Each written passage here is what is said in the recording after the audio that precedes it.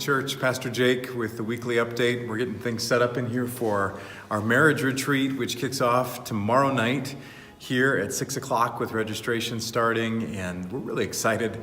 Would you be praying for that time? If you're not coming, would you be praying for that time?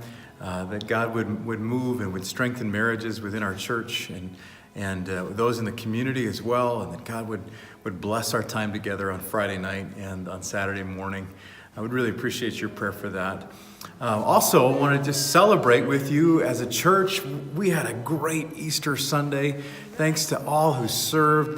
The youth did such an amazing job serving breakfast. I got a really special pancake, and we had a great time celebrating together. It was so great to have brass and to have some real special times of singing together and celebrating the resurrection of Jesus. And I'm so glad so many of you invited people to come and join us and celebrate together. It was a really sweet time. So thank you. It was really great. Not my own.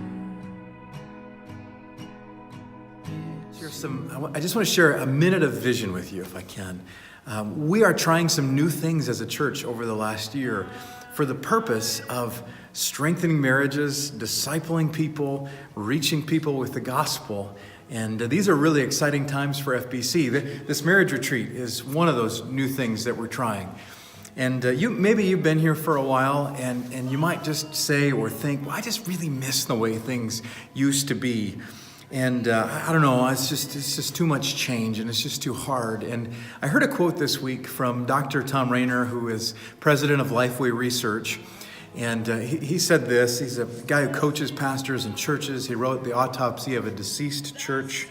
He was a pastor himself for many years.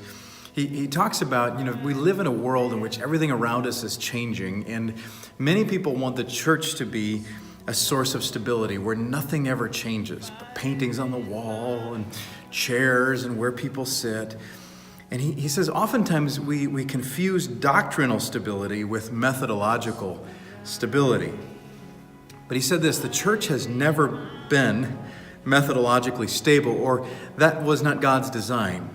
Comfort is never what the church was called to. In fact, what we see in the scriptures is when the church gets too comfortable resting on its laurels, God takes the church and we get the diaspora and spreads the people. You're not going to follow me, and you're not going to sing a new song to me. God just takes the church and he breaks it apart. And we see that throughout Scripture, that God's design is never that we get comfortable. And I was thinking about it this week, and we planted a church in Colorado a number of years ago, and they have stopped doing some things that we did when we were there, and they've started doing some other things for the health of the church and to reach people with the gospel. And I'm still in contact with the pastor and seeking to encourage him and the elders there. And I said, that's great, wonderful. That's great, because ultimately we're called to be obedient and faithful to God, to be doctrinally stable, which we want to be, absolutely. But to try new things, to strengthen families, to strengthen marriages, to disciple people, to reach more people with the gospel.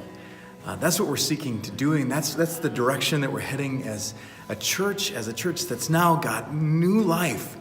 And thank you to so many of you who have said, I don't know, this feels uncomfortable, but I'm willing to come along.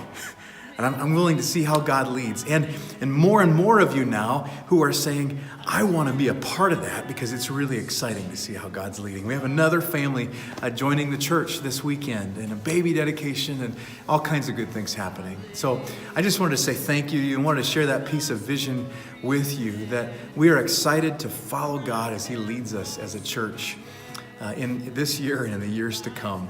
And thankful that you're a part of that with us. God bless you. Have a great weekend, and we look forward to worshiping together this weekend. Take care.